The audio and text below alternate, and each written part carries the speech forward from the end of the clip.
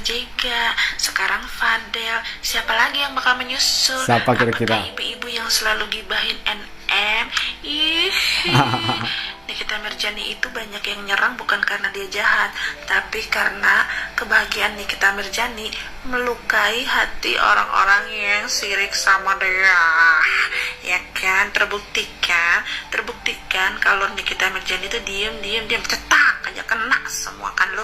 Puas gua hari ini, Fadel jadi tersangka.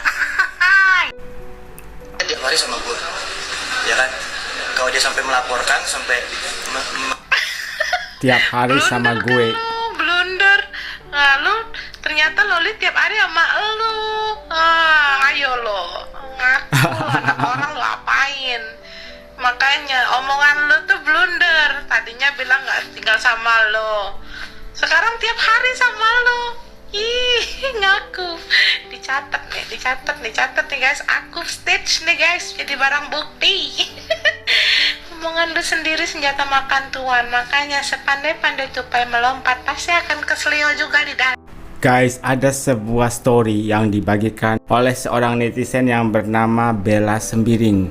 Nah, di situ ada dua story dan mengatakan bahwa si Fadel ini nangis-nangis di ruang penyidik pada saat Fadel sudah ditetapkan sebagai tersangka.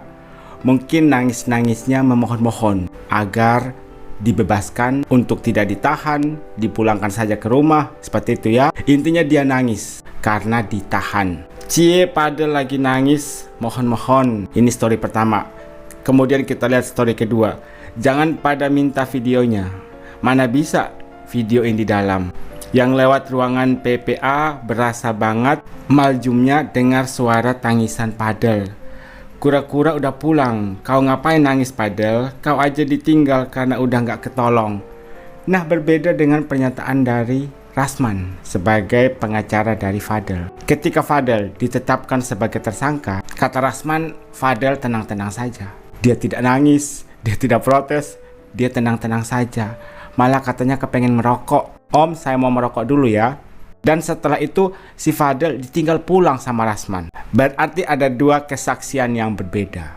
Kalau kata netizen ini yang kebetulan ada di sana, yang berada di ruangan PPA, terdengar banget suara tangisan dari Fadel. Kalau nangis berarti kan karena ditahan dan minta untuk dibebaskan. Tadi katanya saya diundang untuk menjadi saksi, tapi sekarang kok sudah menjadi tersangka? Tentu saja di sini Fadel nggak terima dan nangis. Berarti di sini ada dua pernyataan yang berbeda dari kuasa hukumnya dan dari netizen yang kebetulan ada di ruangan tersebut. Hanya saja nggak bisa divideokan karena itu di ruang penyidik.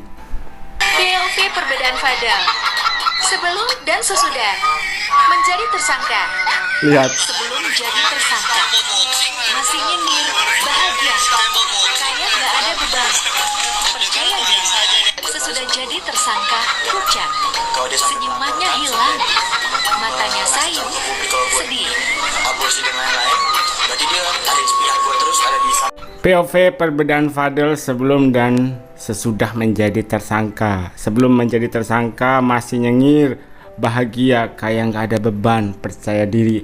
Karena pada saat itu dia dipanggil menjadi saksi, belum menjadi tersangka. Dan kita lihat ekspresi wajahnya ketika sudah menjadi tersangka. Pucat pasih, senyumnya hilang, matanya sayu, sedih. Dan seperti yang dikatakan oleh kuasa hukumnya yaitu Rasman, sebenarnya mereka sudah tahu bahwa Fadel ini akan menjadi tersangka. Hal ini berdasarkan keterangan yang diberikan oleh Laura yang berubah. Hal inilah yang memberatkan si Fadel. Kemudian tadi ada video yang di-stitch oleh salah satu netizen. Sepertinya di sini Fadel keseleo, lidahnya keseleo, yang tiap hari bareng sama gue. Maksudnya si Loli tiap hari bareng sama gue. Padahal di pernyataan sebelumnya Fadel tidak berkata seperti itu. Berarti di sini ada bukti baru lagi nih untuk Fadel, guys. Dari sebelum sampai sesudah menjadi tersangka, aku belum mengerti Laura bisa segitunya cinta sama dia sampai ninggalin ibunya. Ada yang sampai masih nggak paham gitu ya. Kok bisa si Loli ini secinta itu sama Fadel sampai rela ninggalin ibunya, jelek-jelekin ibunya seperti itu ya. Kamu pikir Loli akan nurut terus sama kamu Fadel? jadi tersangka kan lo?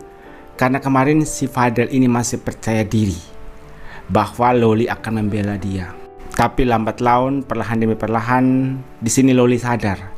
Apalagi ada pihak keluarga besar yang ikut menyadarkan Loli.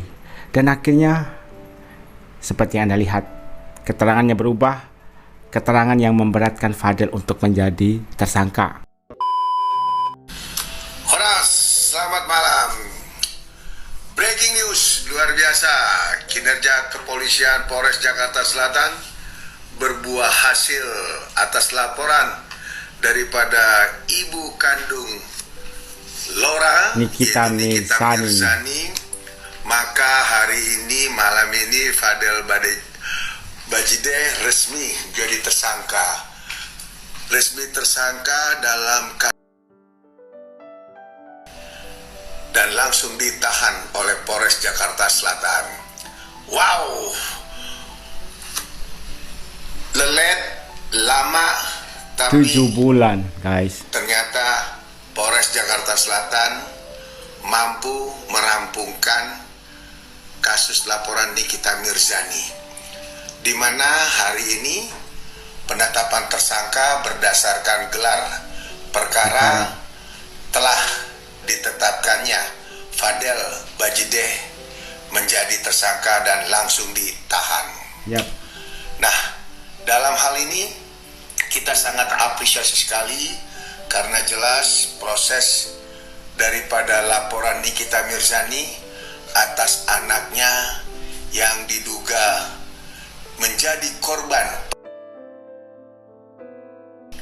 yang dilakukan oleh tersangka itu mendapatkan buah manis. Yes, betul. Dan di sini semoga ke depan itu bisa ada perkembangan signifikan dan semoga juga kasus ini bisa P21 dan bisa segera disidangkan.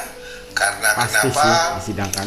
Agar menjadi sesuatu perkara ini menjadi terang.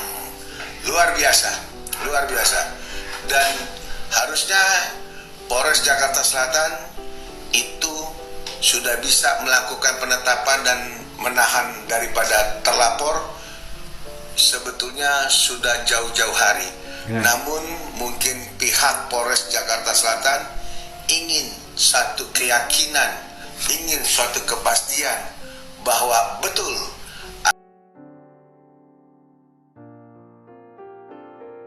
yang dilakukan oleh tersangka, maka hari ini luar biasa. Salah satu pernyataan dari kuasa hukum yang bernama Togar Situmorang yang berisi dukungan kepada Nikita Mirzani yang sudah melaporkan Fadel atas perbuatannya kepada Laura. Di sini ada beberapa komentar yang perlu kita ketahui bersama. Ada kemungkinan setelah 20 hari mendadak dia keluar karena terbukti tidak bersalah. Nah, di situ sudah ada penjelasan 20 hari itu masa penahanan, Mbak. Nanti masuk pengadilan. Nah, di situ ditetapkan masa lama hukuman sesuai tuntutan dari pelapor. Kalau udah jadi TSK itu udah pasti masuk, Kak. Betul sekali. Kalau sudah jadi tersangka, itu peluang besarnya akan masuk penjara. Tapi kalau soal vonisnya kan kita nggak tahu. Tergantung tuntutan dari pelapor dan pada saat sidang sedang berlangsung. Tapi si Fadel ini nggak akan mungkin bebas, guys. Nggak akan mungkin. Apalagi buktinya sudah ada. Buktinya sangat kuat. Karena buktinya kuat, makanya pihak Polres Jakarta Selatan berani untuk menahan si Fadel. Bahkan kalian lihat pengacaranya, Rasman, udah nggak berapi-api kan ngomongnya, udah nggak semangat kan ngomongnya pelan, tersenyum, dan terkesan pasrah.